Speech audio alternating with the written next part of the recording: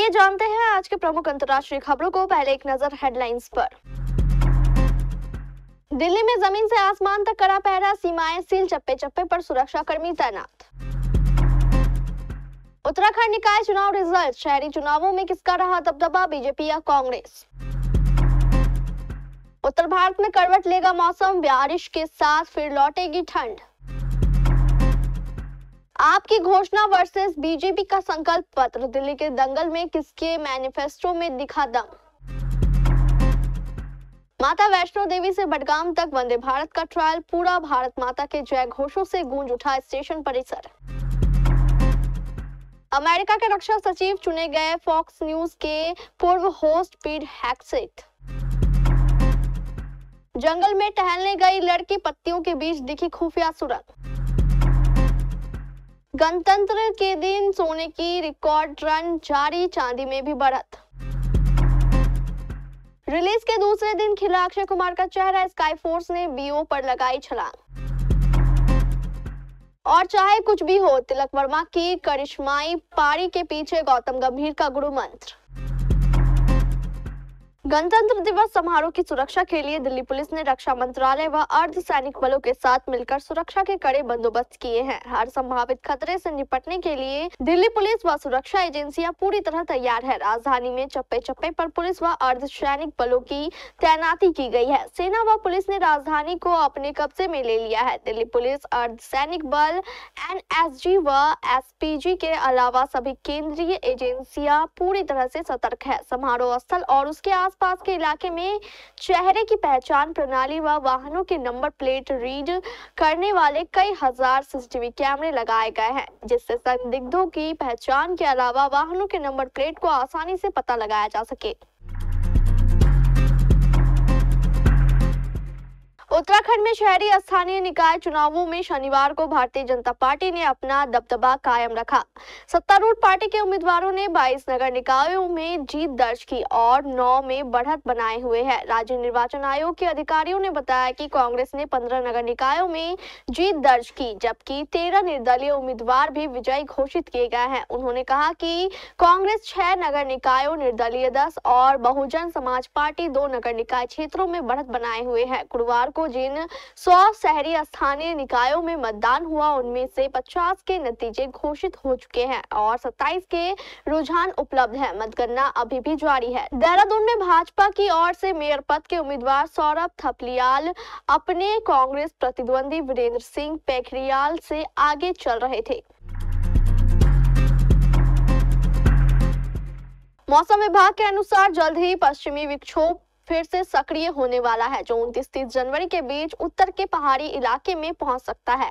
इसके असर से जनवरी के आखिरी में दिल्ली, एनसीआर समेत उत्तर भारत के राज्यों में मौसम फिर से करवट लेगा और ठंड वापस लौटेगी। सर्दी का ये दौर फरवरी के पहले हफ्ते तक जारी रह सकता है। मौसम विभाग के ताजा अपडेट के अनुसार निचले स्तरों पर पूर्वोत्तर असम के ऊपर एक चक्रवाती प्रसार लगातार जारी है। पश्चिमी विक्षोभ का सीधा प्रभाव जम्मू कश्मीर, लद्दाख, हिमाचल प्रदेश और उत्तराखंड पर पड़ेगा। इसका असर चंडीगढ़, पंजाब, हरियाणा और पश्चिमी उत्तर प्रदेश में भी दिखाई पड़ सकता है। फिलहाल देश के अधिकतर इलाकों में मौसम के शुष्क बने रहने की संभावना है। जम्मू कश्मीर व लद्दाख में पारा शून्य के नीचे। जम्मू कश्मीर तथा लद्दाख के अलग अलग इलाकों में न्यूनतम तापमान 0 डिग्री सेल्सियस से नीचे चला गया है। वहीं हिमाचल व उत्तराखंड में न्यूनतम तापमान 1 से 5 डिग्री, उत्तर पश्चिम भारत के कई मैदानी इलाकों में यह 5 से 10 डिग्री सेल्सियस रिकॉर्ड किया गया।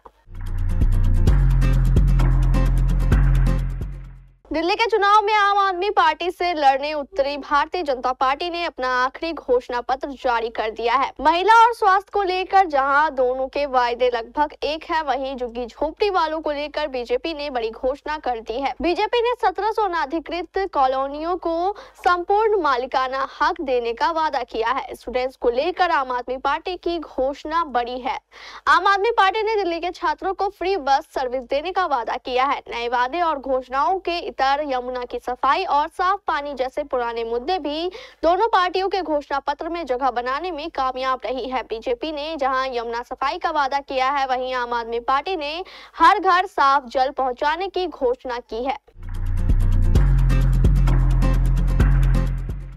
श्री माता वैष्णो देवी कटरा स्टेशन से बडगाम तक पहली वंदे भारत ट्रेन का ट्रायल सफल रहा। ट्रेन 85 किलोमीटर प्रति घंटे की रफ्तार से दौड़ी और 247 किलोमीटर का सफर तय कर 3.5 घंटे में बडगाम पहुंची। इससे पहले सुबह 8 बजे पूजा अर्चना के साथ वंदे भारत रवाना हुई।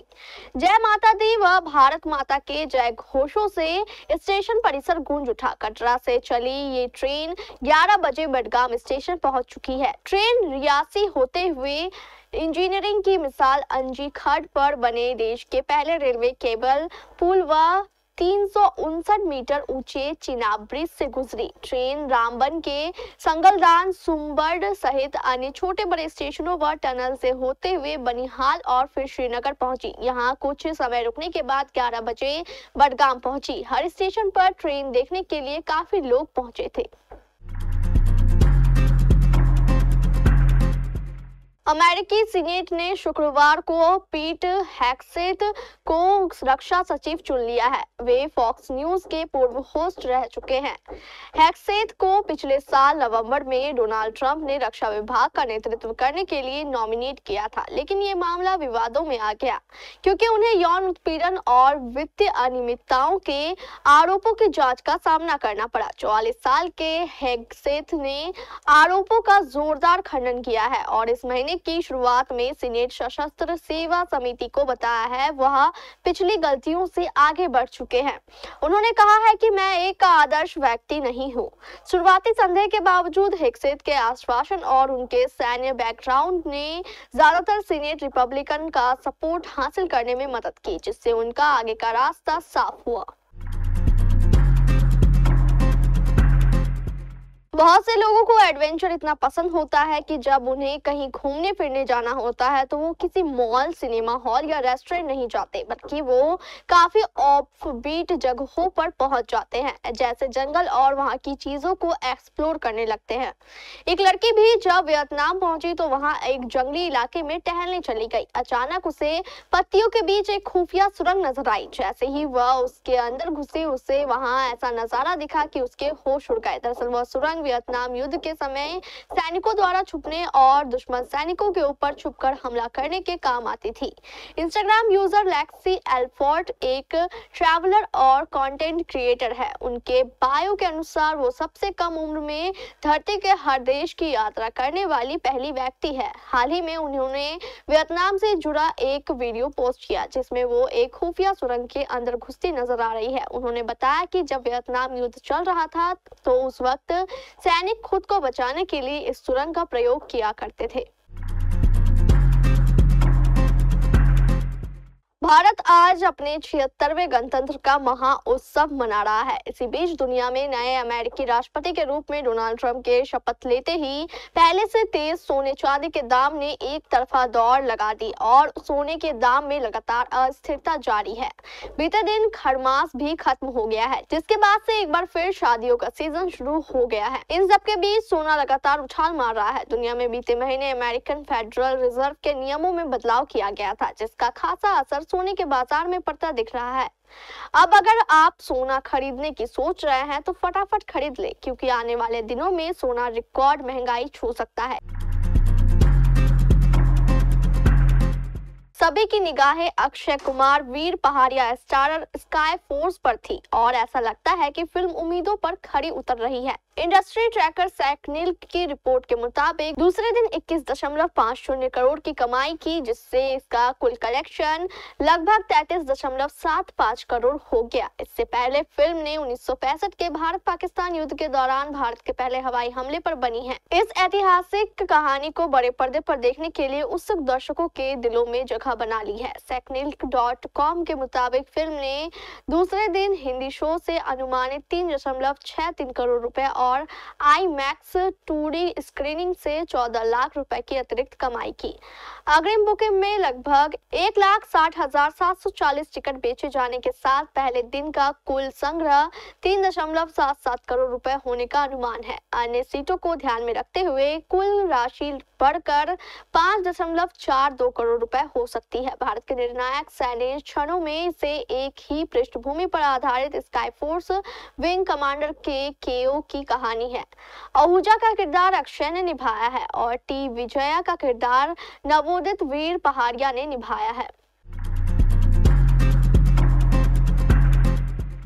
तिलक वर्मा ने इंग्लैंड के खिलाफ दूसरे टी20 में कमाल की बैटिंग की। 166 रनों के लक्ष्य के जवाब में भारत की बैटिंग लड़खड़ा गई। बल्लेबाज एक के बाद एक आउट होते रहे, लेकिन तिलक ने एक छोर संभाल कर रखा। उन्होंने मैच के आखिरी ओवर में भारत की 2 विकेट से रोमांचक जीत दिला दी।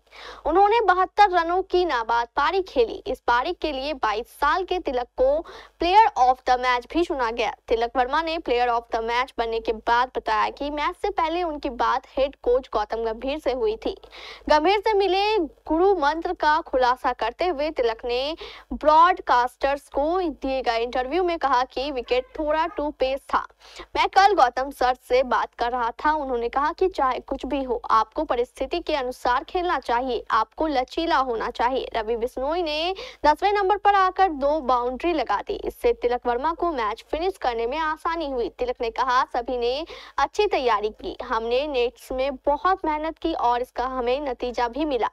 मैंने उनसे कहा कि वे अपनी लक्ष्य बनाए रखें और गैप में शॉट लगाने की कोशिश करें। तेज गेंदबाज के खिलाफ एक क्लिप और लिविंगस्टोन के खिलाफ एक चौका, यह बेहतरीन था। इससे मैच फिनिश करना आसान हो गया।